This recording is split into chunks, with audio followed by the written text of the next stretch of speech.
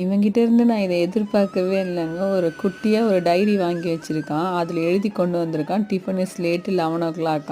ஆனால் spelling mistake தான். சரி நான் அதை அவன்கிட்ட கொடுத்துட்டேன். மிளகு சாதமும் ராகி உப்புமாவும் கொடுத்தா அதை அவன் சாப்பிடலை.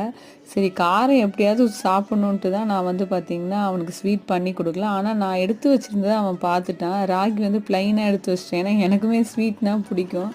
அதுக்கப்புறமேட்டுக்கா வந்து பார்த்திங்கன்னா கடாயில் நெய் ஊற்றி அதில் முந்திரி போட்டு அது கொஞ்சம் பொன்னிறமானதுக்கப்புறமா தேங்காய் துருவி வச்சுருந்து அதில் சேர்த்து அதை ஒரு பிரட்டிட்டு அது கொஞ்சம் சூடான உடனே வந்து ராகி சேமியா தனியாக எடுத்து வச்சுருந்தேன் பார்த்திங்களா, அதையும் அதில் போட்டு சூடு பண்ணிக்கிட்டேன். ஏன்னா ஆவியில் வெந்தது தான், ஆனால் சூடாக சாப்பிட்டா நல்லாயிருக்கும். அதனால் இதை மாதிரி நம்ம வந்து மிக்ஸ் பண்ணிக்கலாம்.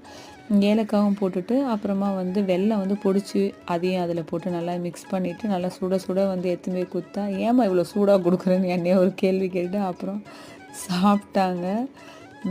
நான் நிஜமாக